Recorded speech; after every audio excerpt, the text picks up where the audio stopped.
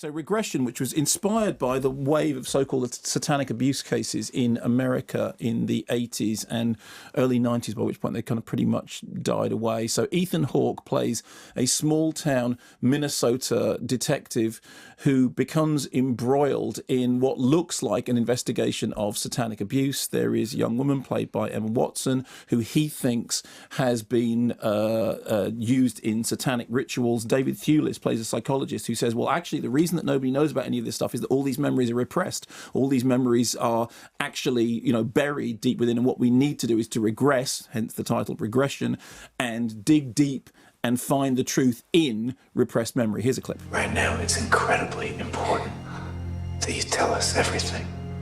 All right? We think that your grandmother. Come on, there were more people there with painted faces. Why won't you confirm it? The devil's on their side. The devil doesn't exist. There's good people, okay? And there's bad people. And unfortunately, these people are real scum. But good people like you are stronger than they are. Yes, you are. People say that you're shy, but I don't see that. I see someone who is incredibly brave. Someone who's been through living hell and made it stop all by yourself. And now you just need to take one more step, okay? Trust me.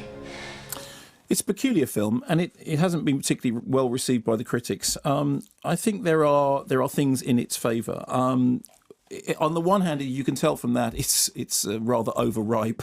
You could tell from that, you know, you could get the kind of general tone from that. But what the film is trying to do is basically to balance two different elements. One of them is the sort of the psychological thriller element. The other is the supernatural horror element, because the central conundrum at the heart of it is, are all these stories of ritual satanic abuse real, or are they just being made up? Now, obviously, if you remember what happened in the 80s and 90s, you'll have some idea of kind of the outcome towards which this is all moving. But there was certainly a period in which there was a great and widespread belief in widespread satanic ritual abuse. And there was also a great and widespread belief in retrieved memory and recovered memory. Funnily enough, there was that very good adaptation of the Stephen King book.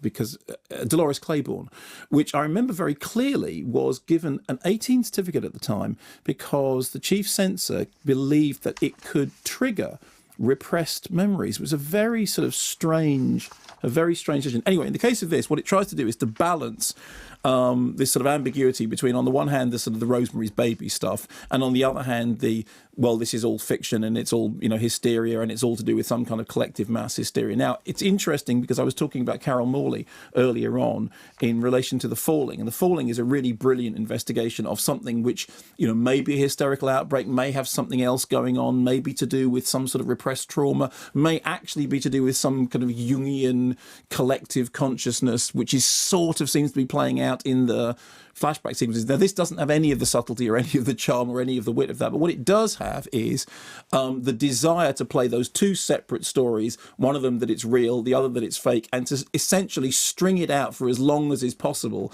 before finally showing its hand. So it's got a good. It's the kind of cast list that you'd think, oh, I'll give it a go. Yeah, and actually there are individual elements of it. I mean, he's a perfectly fine director, and there are individual elements of it that work quite well. David Thewlis has fun with the role of the beardy psychologist who's got the answer to everything. You know, there's a lot of sort of beard scratching going on. That it doesn't quite hang together. I expect that it will come and go.